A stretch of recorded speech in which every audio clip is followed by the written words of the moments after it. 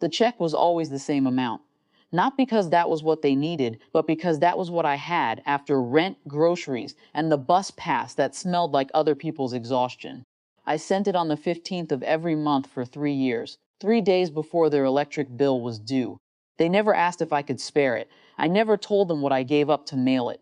I found out on a Tuesday my mother had left me a voicemail, casual, almost bored, asking if the check had gone out yet.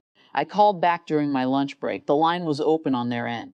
They didn't know I could hear. He's still sending it, my father said, laughing. The loser actually thinks we need it. My mother laughed too, softer but worse, as long as he believes that. God knows he can't do anything else right. I hung up, finished my sandwich, went back to work. That month I did not send the check, no explanation, no dramatic phone call, just the small, quiet act of keeping my own money in my own account. The 15th came and went, then the 16th, then the 30th. No one called to ask if I was okay. No one asked if something had happened. They waited for the money to arrive, and when it didn't, they waited longer. A month passed. The dinner was my Aunt Carol's idea. She had driven 6 hours and wanted the whole family together. I almost said no, but something in me, something smaller than pride but larger than hurt, wanted to see their faces when I walked in. They were already seated when I arrived. My father at the head of the table, my mother to his right, both of them smiling the way people smile when they have rehearsed an interaction. My mother patted the chair beside her. I sat across from them instead. So, my father said, not looking up from his glass, you stopped sending the money. It was not a question.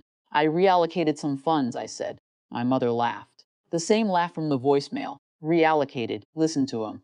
$5 words for a $10 bank account. A few relatives chuckled.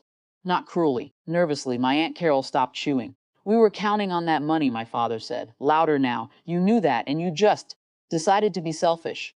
I did not answer. I reached for the breadbasket. Your father asked you a question, my mother said. He did, I said. I heard him. The table went quiet. My father set down his glass. My mother's smile tightened into something small and hard.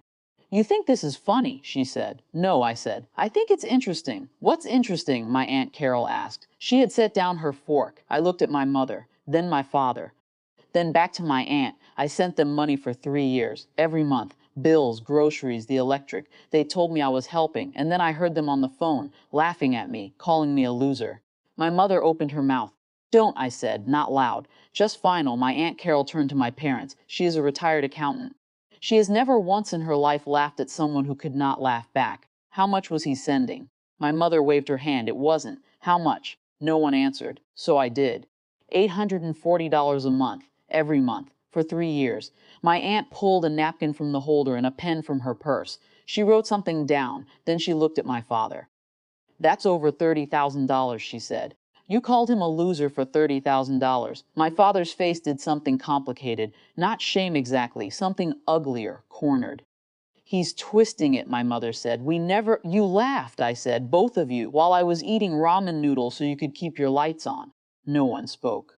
My cousin looked at her plate. My uncle cleared his throat. My Aunt Carol folded the napkin and slid it across the table toward my parents. I'd pay that back, she said quietly. If I were you, they did not pay it back. They did not apologize. They sat in the warm, thick silence of people who had been seen clearly for the first time in years. I finished my dinner, helped clear the plates, kissed my aunt on the cheek, and walked out into the cold night air with my hands in my pockets and $30,000 worth of freedom I had not known I was buying. I did not look back. They called after me. I kept walking. Some debts are not meant to be repaid. Some are meant to be